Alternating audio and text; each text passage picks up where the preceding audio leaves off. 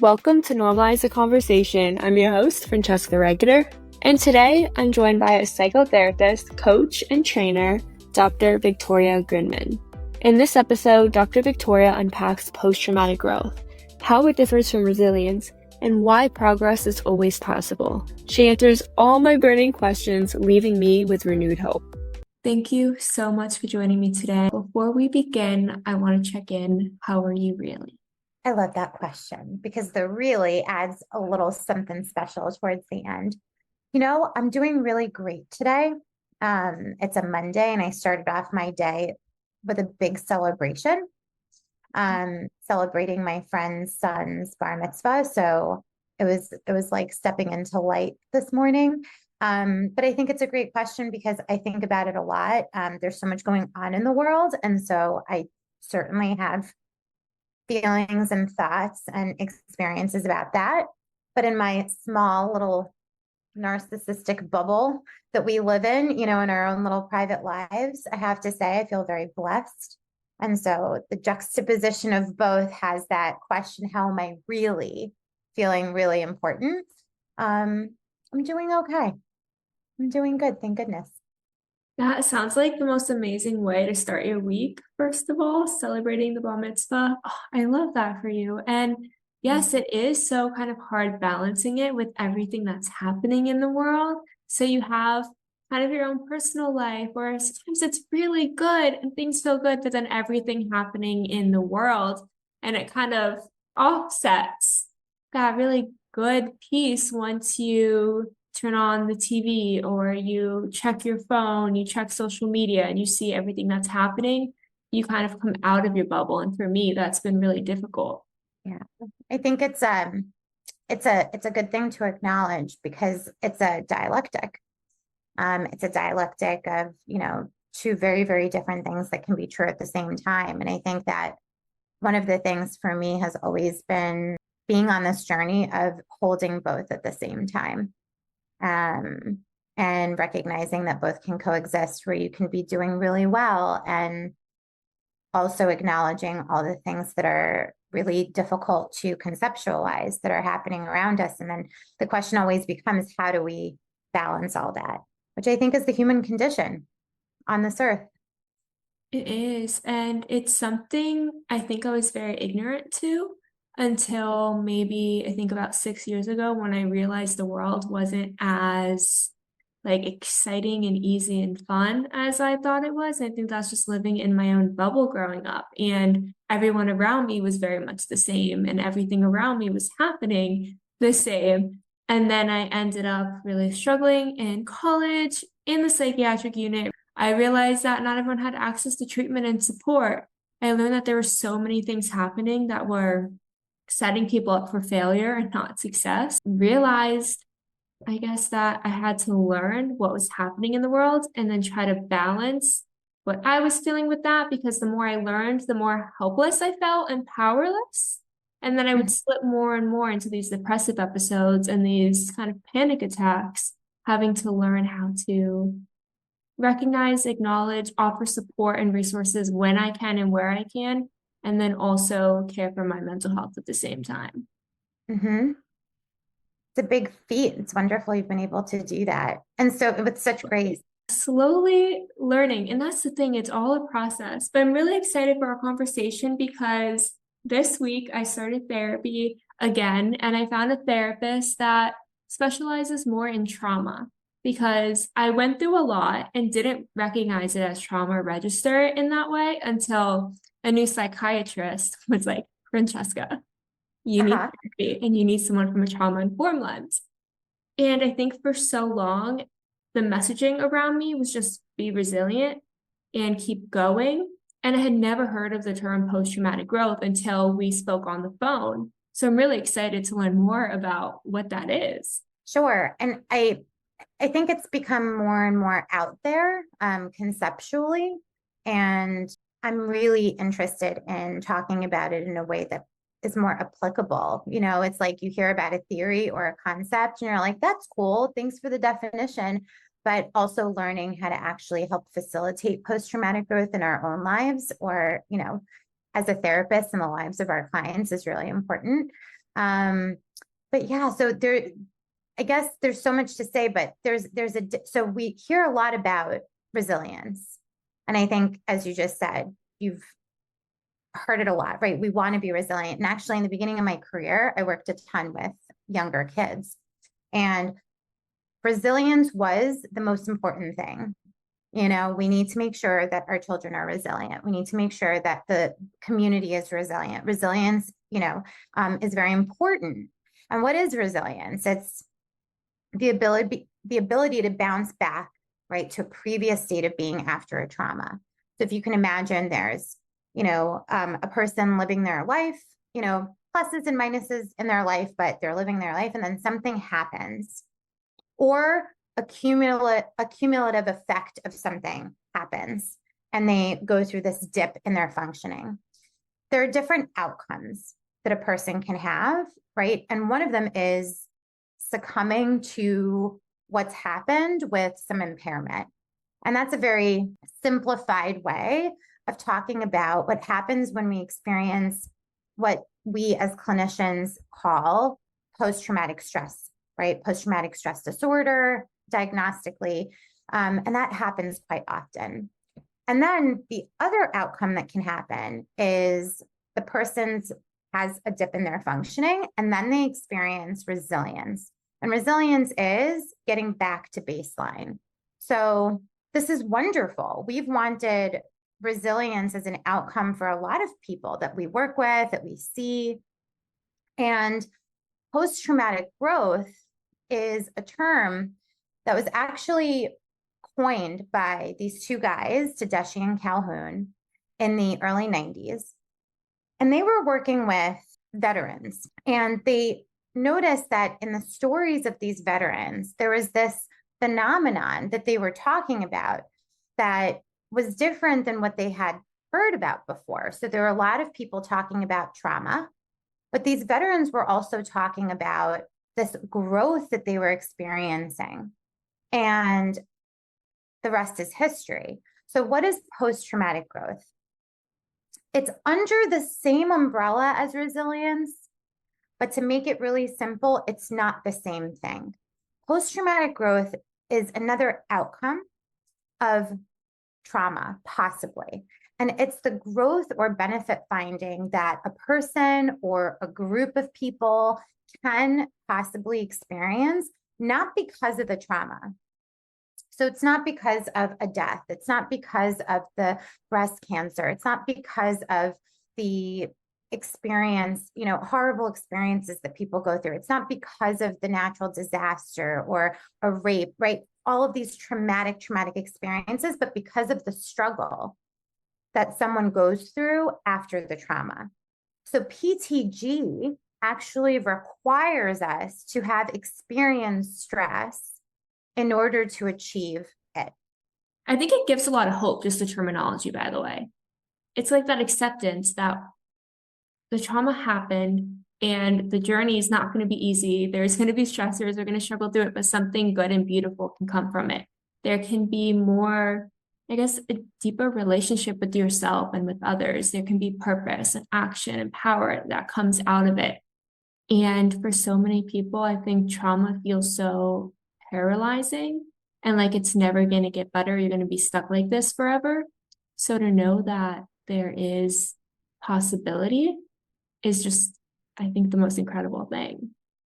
It is. It is. And, trauma in its essence is very shocking. It's not something that you are thinking is going to happen usually. It's something that we don't see coming. It's a result of those kinds of experiences, and trauma is an extremely subjective thing. Culture, there's a huge cultural base to it that we really have to, understand. There are people in the world, where for one person, dealing with war is an everyday affair. It's an everyday thing. Whereas, for us here in the West, it's not an everyday thing. And so it's very shocking and traumatizing, just as an example, right? So to know that is important. But yes, when someone experiences post-traumatic growth, they talk about it in 5 different domains. And what you just said is very important. It's growth in the areas of relationships, growth in the areas of new possibilities, a new viewpoint and philosophy on life, growth in spirituality and hope, and strength, your own, knowing your own strengths. So it's wonderful to know that we can research it, we can help facilitate it, we can see it quantitatively, qualitatively. It's really something tangible. It's so amazing. And to the point of how trauma can be registered differently for people is so important because, I mean, I'll use myself as an example. After losing my uncle, so he passed suicide, and I was kind of on the phone with my aunt leading up to it, and there was a lot of chaos happening in the moment leading up to it. And I pulled up with the cops. So I didn't know what had happened at that point, but I had been on the phone with my aunt and I heard her scream and drop the phone. And I was already on my way. So I pulled up with the cops as they were putting up the tape. And I was trying to figure out what was happening. They had me and my aunt kind of like under an investigation, trying to get into the cameras to see that it was a suicide. And I kind of downplayed it. It was a big experience, but I didn't register as a traumatic experience because I was like, well, I wasn't physically there in that moment. And the psychiatrist so nicely pointed out about a week and a half ago that it was still a traumatic experience because of the way I registered it, because of the way I perceived it and went through it. For me, it was traumatic. And I think there's just so much misconception on what trauma can be because we think of it as like the act of war or being directly involved in the car accident or whatever it is. We see it as something that happened right in front of us to us and not as the way we register the experience. Yeah, so beautifully said.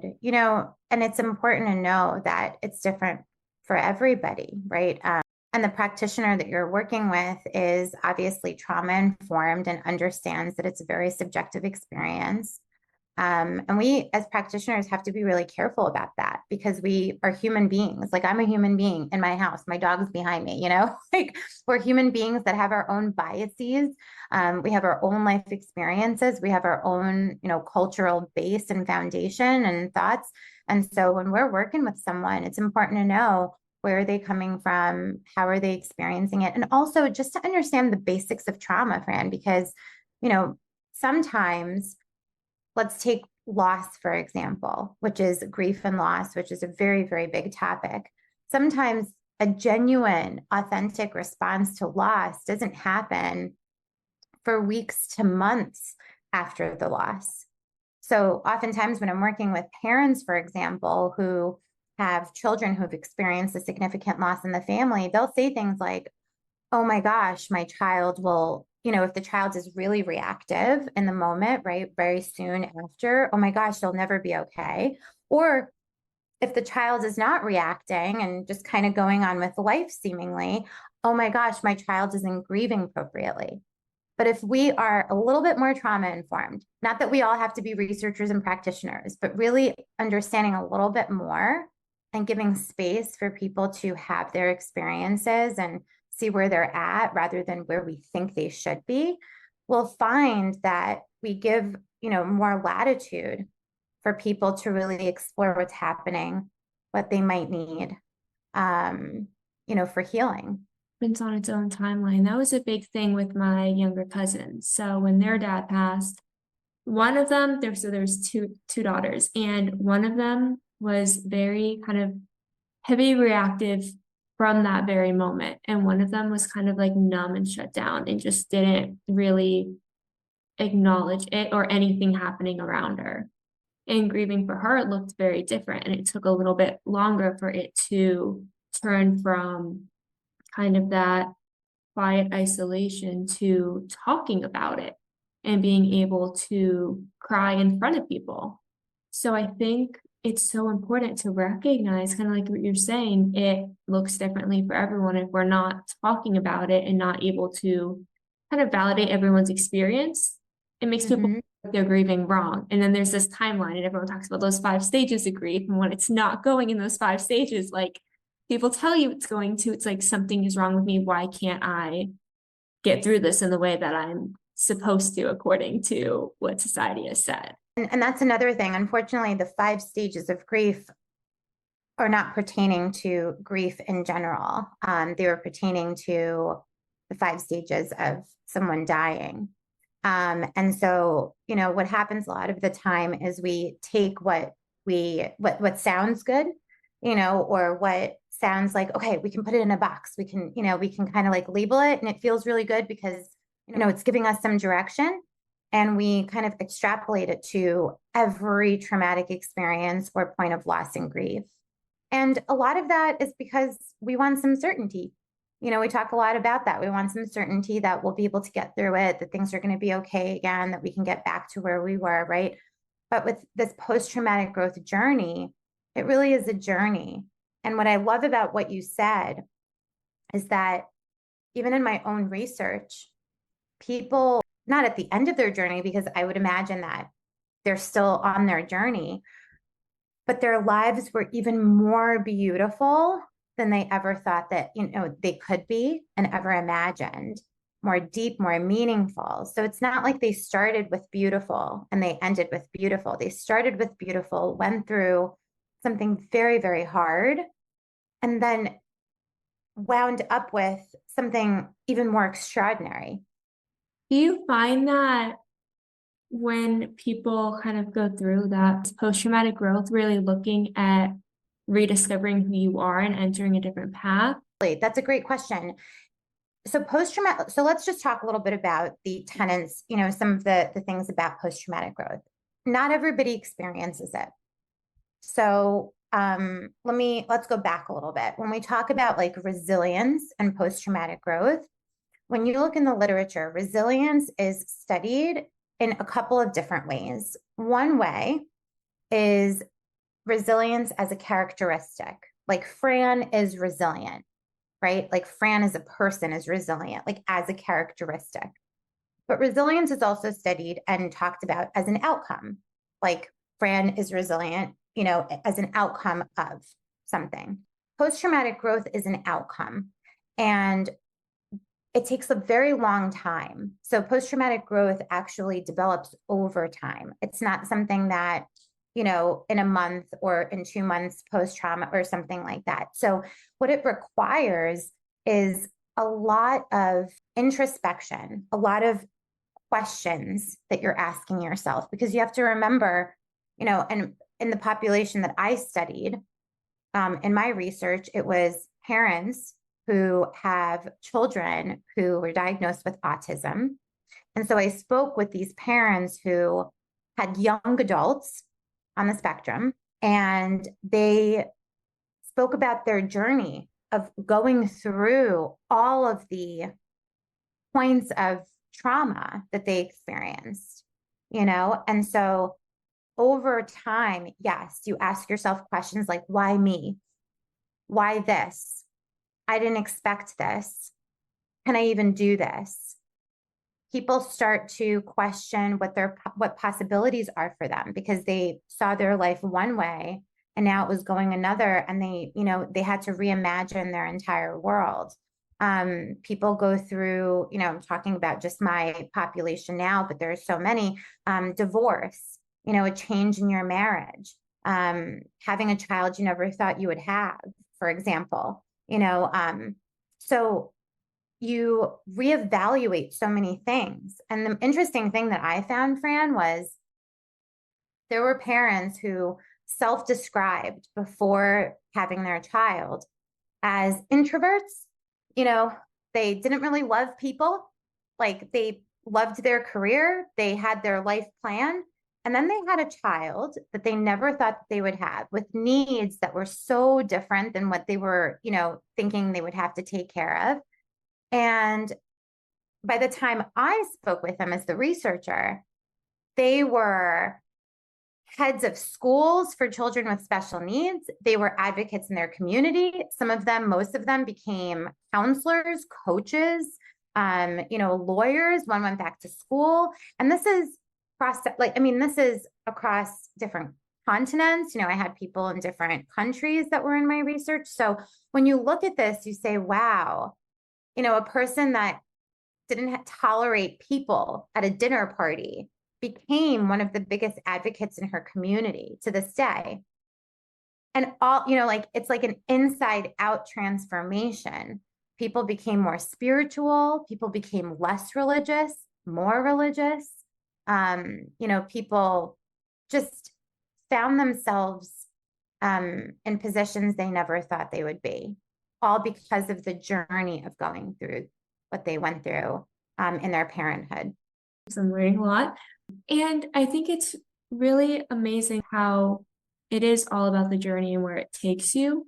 And I think that's really reassuring. I mean, especially for someone like me, kind of knowing that it doesn't happen right away. And I think that's this kind of hope that people have that things are going to change right away and that they're going to just have that moment where everything feels different and they found their voice and what they're going to do and or they're just going to bounce back to the way life was right before. And to know that along the journey, when it doesn't happen like that, that journey allows you or can allow you that outcome of somewhere very beautiful of growth. Yeah. Yeah. It doesn't happen right away. And I think that is a very, warming thing to know because we put so much pressure on ourselves to consistently grow and evolve. But this is a process, it's like a dance. Sometimes you go back a few steps just so you can go forward. It's kind of like when you're driving a car, right? You're going forward. When you put yourself in reverse, there's a stop that has to happen before you can go forward again if you're doing a 3-point turn. And that's kind of like what it is. And in the process of working with people, I think it's important to get that you're, what we're doing is holding space for people to make those stops along the way. It's Hmm. important to be able to, I think, just for listeners too, who are going through that journey and trying to figure out where they belong. And like you said, those questions of why me, to know that it happens, like you said, the steps forward and back. I think a lot of times you kind of feel like you're only taking steps back, where you take a step forward and it's 3 steps back, and you're like, why is this constantly happening to me? Why am I not better than this? That's a question I get for myself all the time. It's like, I know all these things. I've taken steps forward. Why am I still moving back sometimes? And I think knowing that's part of the journey is so helpful. But for people listening who maybe are listening and they're like, you know what, I want to have that outcome of post-traumatic growth. How can they begin their journey? Sure. I'm a little biased being a therapist who's trauma informed and works with trauma. I think that having like a shepherd with you, somewhat like a Sherpa on your way with you that you meticulously curate and choose for yourself, whether it's a therapist or a coach or a healer. I'm also a chronic energy healer. I do believe that there's more than just therapy in its traditional form. So I do think that having someone by your side who can hold that space for you, because, we're not in this alone. That's number one. Number two is to remember that trauma has us. Imagine you have a scaffolding, like a scaffolding to a store, and the scaffolding are all of it's what makes us pay our taxes. You know what I mean? Like it's all of our assumptions about life, that like we are invincible, like the world is benevolent, like if I pay my taxes, I won't be audited. If I'm a good person, good things will happen to me. If I'm not a good person, then bad things will happen to like these assumptions that we have as adults.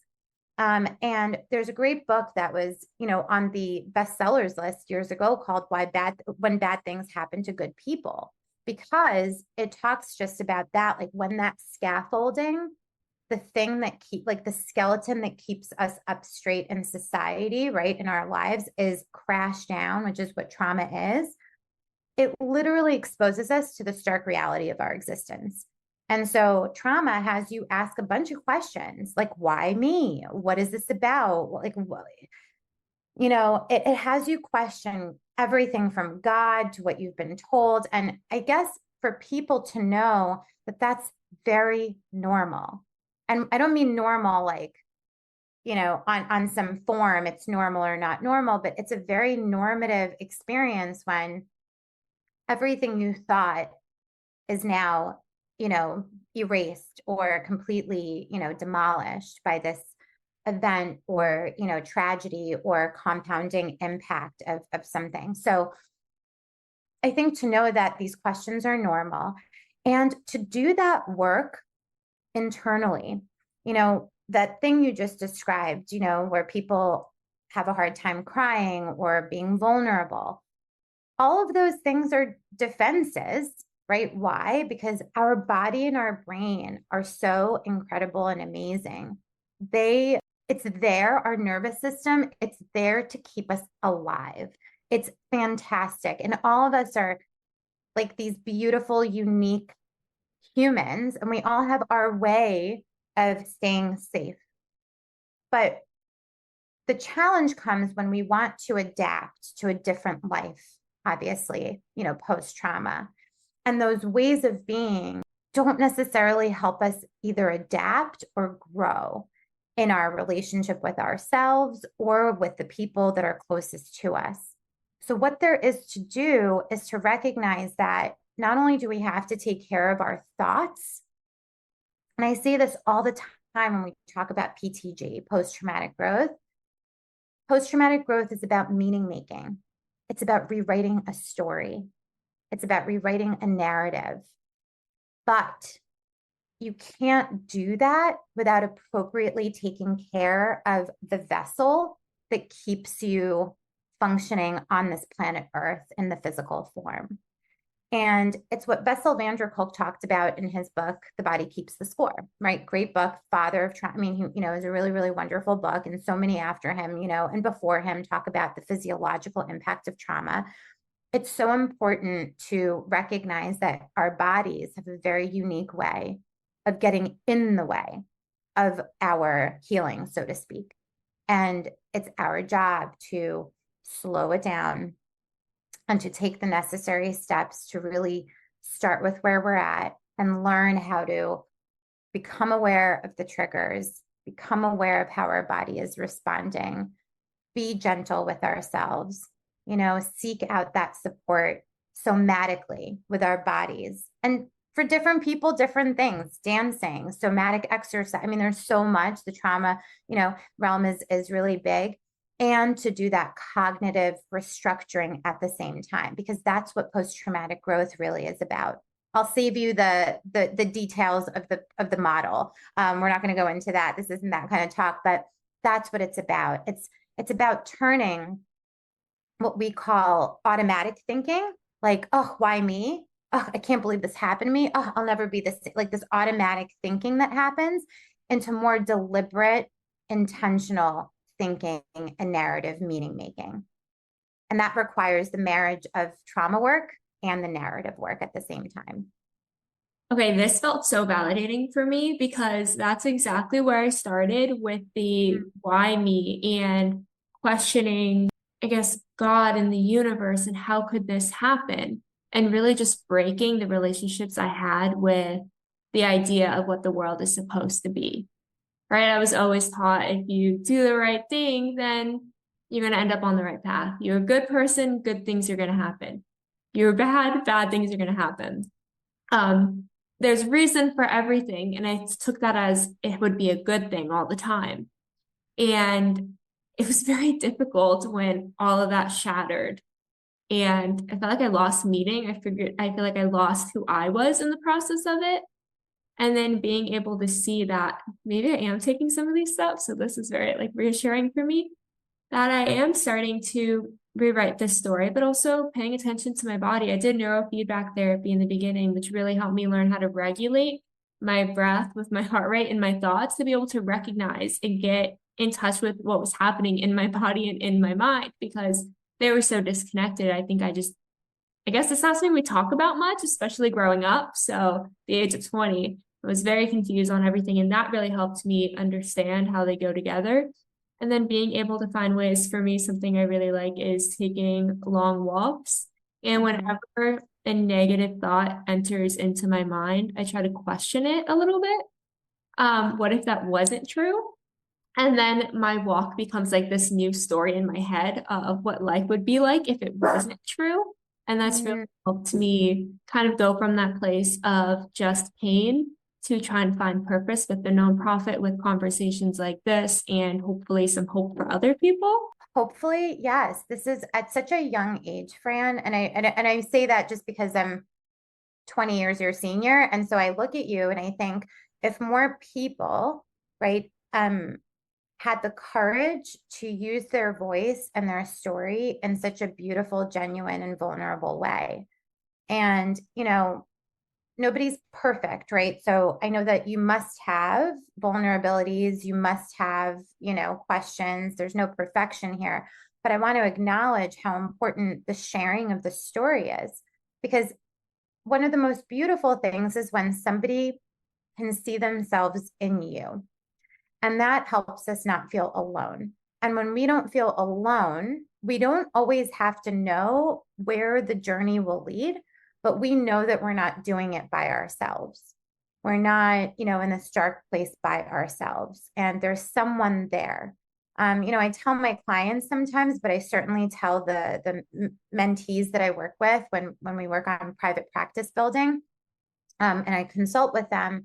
Some of them are so scared, or some of my clients sometimes are so scared, like, am I ever going to get better? Like, is this, they always want to know. And I have certainty for them. And because I have faith in the process. And I've seen it happen so many times that I have the faith and the certainty to know not exactly how it's going to go, but that progress is possible. And I have this little sign that I look at when I'm working with someone. It's above where my clients sit in my office, and it says, everything and anything is possible. And it's a reminder for me because when people come to us, they're borrowing our faith until they are able to have it for themselves.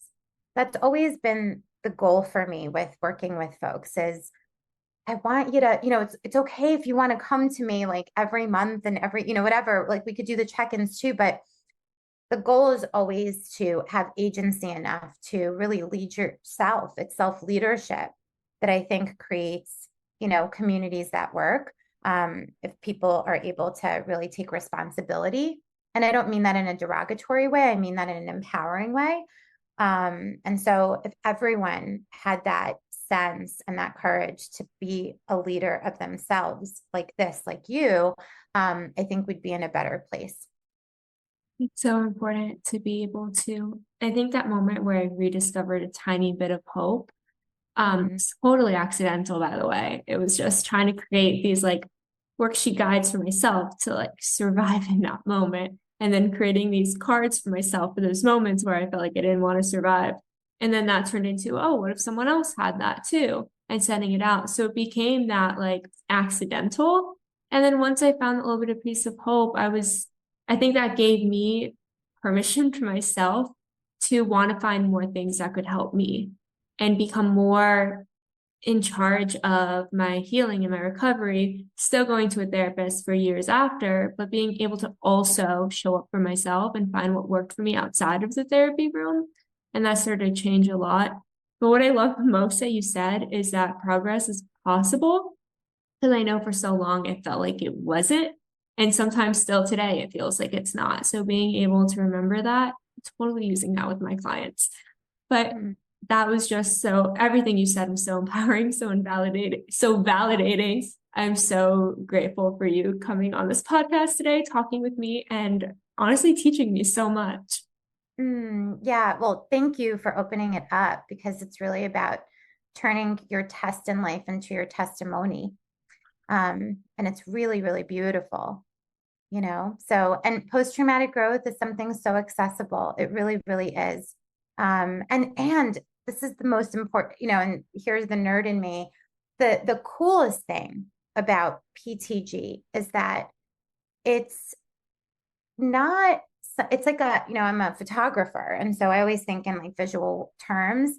It's You have your camera, right? Like you're a therapist in the making. You have your camera, and that is your base. So you'll get your license, and then you'll say, I want to be, depending on who you are and what you want, it's an art form you choose. I love, EMDR, or I love, IFS, or I love CBT, or whatever it is. And PTG in the clinical sense is a lens, or a gel, like a colored gel that you put over your lens. It's not something where you have to like get rid of what you're already doing. So whether someone is a person in the world, a practitioner, a therapist, it's something that you can take on confidently and grow into, not something that you have to trade in for something else. And that's what's so beautiful about it. It's a journey. Thank you so much for listening to Normalize the Conversation. Don't forget to subscribe, rate, and review. This podcast is an initiative of Inspiring My Generation, focusing on normalizing the conversation, bringing education and awareness to the forefront, and amplifying global voices to spark change and hope. Inspiring My Generation is a 501c3 nonprofit organization on a mission towards suicide prevention through awareness, conversation, education, and support. Connect with us on Instagram at Inspiring My Generation and visit our website inspiringmygeneration.org to learn more about our work and how you can make a difference.